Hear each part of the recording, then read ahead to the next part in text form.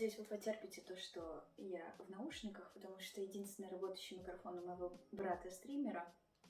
Всем привет, меня зовут Мари. Сегодня я расскажу вам о своем портфолио. Портфолио я делала, чтобы поступить в университет в Англии. Немножко предыстории. Я сейчас учусь в МАРХИ на 3-м курсе. Да, я знаю, что то, что прозвучит дальше, немножко шокирующая информация, но я решила перепоступить на 1-й курс за границей.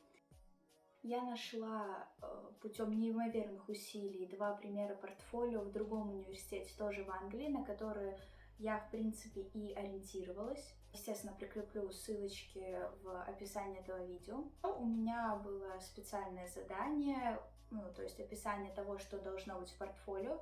Но, как известно, нельзя верить полностью заданию, то есть если тебя просят показать 3 работы, нужно показывать 10. В своем портфолио я постаралась выжить максимально все, что у меня было из креативных работ, и, естественно, раз у меня есть качественные и проработанные работы, тоже их вставить. Я разделила свое портфолио на 4 больших блока. Первый блок — это разные творческие работы, сделанные на бумаге. Вторая большая, у меня она на самом деле получилась не очень большая часть, это макеты, которые я вставила с 1-2 курса. Третья часть — это уже проекты со 2 курса. Последняя часть, 4-я, это уже какая-то экстра часть. Возьмем компьютер и начнем просмотр. На первой странице, естественно, я пишу, почему мы здесь сегодня собрались. Как по мне, все максимально просто. Что мы тут показываем? Показываем архитектурное портфолио, кто показывает широких Мари. Идем дальше. Первую страницу я решила показать мое качество, то есть это Афродита, это моя лучшая работа, которую я сделала на подготовке к МАРХИ. Она мне очень нравится. Я тут рядом написала какой-то текст, что я очень горжусь этой работой, что вот я в архитектурном институте, как долго я рисовала, и все вот это. Дальше я уже решила показать немножко больше творчества и креативности. Назвала эту работу The City Theory. На самом деле я просто раскромсала архитектурный журнальчик, потому что мне что-то было очень грустно, взяла черную гуашь и начала творить. Тут у меня распадается город, какие-то вазы, в общем, творческий беспорядок. Мне было тогда очень плохо, я решила как-то себя полечить творчеством. Также у нас здесь есть вот этот кружочек с правой стороны. Если кто-то узнал, это кружочек Баухауса, то есть тут их заповеди, и внизу я придумала какой-то текст, почему я это сделала. Естественно, вначале делаем работу, потом придумаем текст, не наоборот, я не знаю, кто бы делает по-другому. Дальше следующая страница у нас идет про художественную школу. Так как хочется придерживаться какого-то повествования, я решила рассказать, что учились мы в художественной школе. Первая работа, на самом деле, это МАРХИ, то есть это наш преподаватель по живописи решил покреативить и ставил нам черный, зеленый, белый, бежевый, серо-буро-малиновый натюрморт, и мы его рисовали. И, естественно, я ставила тут свои самые удачные работы. Мне показалось, что важно показать wide range of того, что я могу делать. Следующая работа у нас в живописи. Просто в живописи. И последняя — это уже некий абстракционизм, деконструктивизм. Это был натюрморт домашний, у нас тоже в МАРХИ. Я работала гуашей с маркера. Идем дальше. Такой 3-й слайд был такой более художественный, творческий, а следующее это у нас уже, у меня. Следующее у меня это уже какая-то такая больше техническая часть. Я сама в шоке, как я могла сделать тут столько линий. Просто что-то сумасшедшее. Тогда это опять-таки подготовка к МАРХИ, это подготовка к вступительным экзаменам. Это я делала года 3 назад, наверное. Это у нас отмывочка. делала тоже в институте на первом курсе. На первом курсе мы довольно много отмывали, поэтому у меня осталось много работы, но это одна из моих любимых, то есть она такая у меня получилась довольно воздушная, вся такая нежная, аккуратная. Это у нас храм в Джорджии, в Грузии, да. Отмывка — это когда человек разводит много баночек туши и вот постепенными движениями руки намывают слои. То есть, чтобы намыть какой-то вот такой черный слой, вот как здесь, это нужно сделать, я не знаю, слоев 50, наверное. И вот ты сидишь и медитируешь радостно.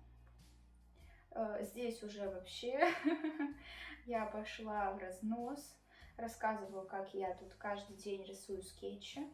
Ну, можно немножечко творчески приврать, чтобы оставить о себе хорошее впечатление. Ну, у нас тут разные набросочки с разных периодов моих жизни. В принципе, это не особо интересно, так что погнали дальше. Итак, переходим ко второй большой части моего портфолио. Это модели. Это модель, опять-таки, со второго курса Мархи. Здесь мы рассматривали разные объемы, то есть как в объеме показать, что здание многоэтажное, как сверху на первой работе, и как здание малоэтажное. С левой стороны я решила показать свои наброски к этой работе. По моему опыту, все преподаватели без исключения обожают наброски, когда ты показываешь этапы работы, как ты вот с концепции довел свою идею до реального какого-то объекта. Это нравится всем, советую всем вставлять. Мне кажется, это супер рабочая схема, то есть как твоя изначальная идея, как она образовывается и переформатируется с учетом времени. Вначале я вообще думала вот, на первой работе, что это будут какие-то треугольники врезанные, потом перешла к кубам, и так уже вот перешла к моим, так сказать, финальным наброскам к этой работе, к такой больше прямоугольной форме. Да, макетов я вставила не очень много, но потому что у меня уже время поджимало, и я уже немножко подустала тогда. Перейдем к третьей части, это проекты. Здесь, я думаю, со следующего лучше слайда показывать. Здесь мы можем видеть Savannah House. Savannah House — это проект одноэтажного дома. Я его делала в конце второго курса. Мне кажется, он вышел такой довольно лаконичный и одновременно сложный с какой-то стороны.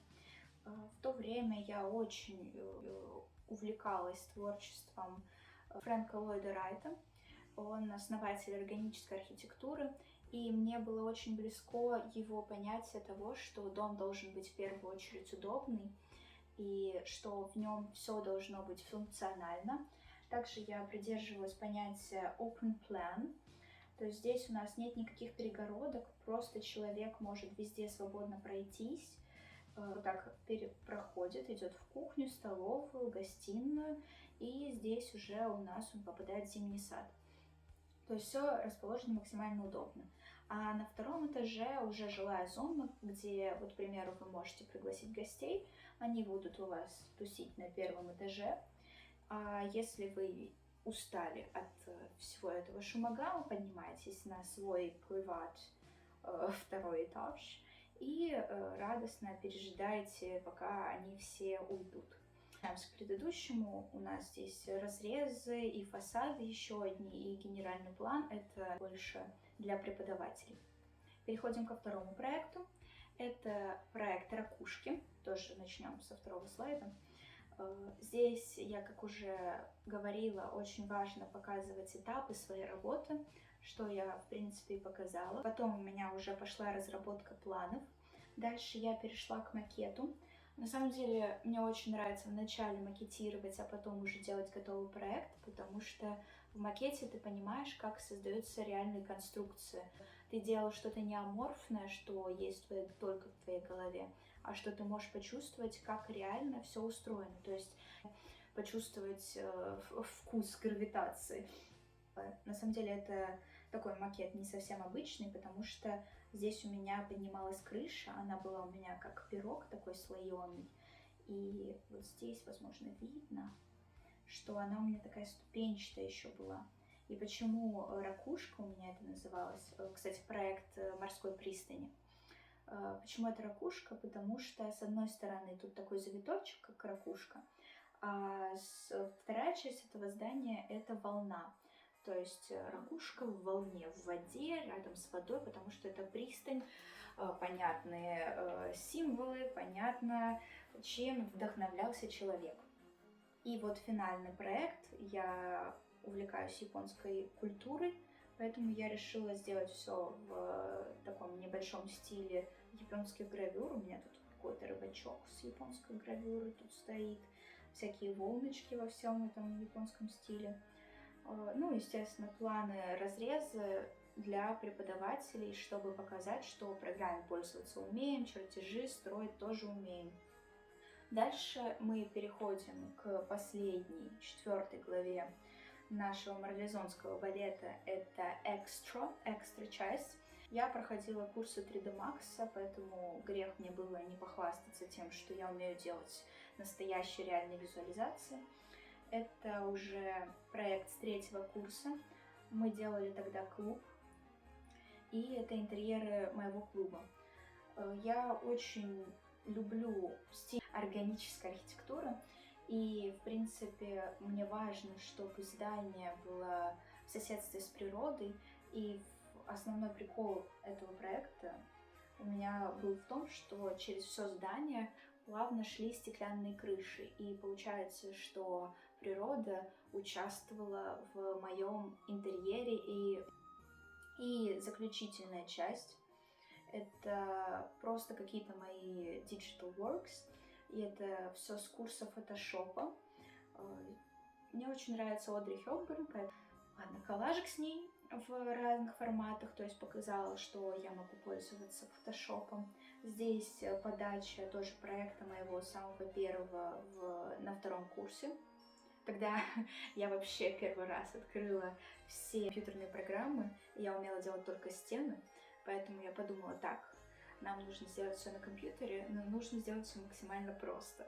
И я просто взяла стены вот так с 2 сторон, и я научилась их врезать. И я подумала, вот такой проект будет. Он получился очень графический и вот такой какой-то необычный, похож на крокодильчика. Ну и последняя работа — это мой макет. Так, вернемся. Мой макет, который я тоже затекстурировала в фотошопе. Это была какая-то моя работа, и я просто решила ее показать. Что-то я еще хотела вам важное сказать сейчас.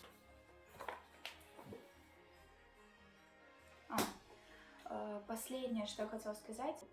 Формат чаще всего требуется PDF, и умные, продвинутые люди все делают в индизайне, потому что, насколько я понимаю, там очень просто сделать всю выкладку листов и все загрузить в PDF. У меня времени не было, с руки поджимали, программой учиться с нуля, скачивать ее времени вообще не было. Я нашла гениальный способ для себя. Это презентации. Оказывается, презентации все можно сохранить в PDF. Я этим воспользовалась и, в принципе, это отправляла. Так что до новых встреч. Я сниму видео о моем переезде. Обещаю снять видео про то, что я собираю с собой на год, почему я собираюсь переехать, и много нового о том, как я буду жить за границей. Сама не верю вообще в все, что я говорю. Шок. Все, пока.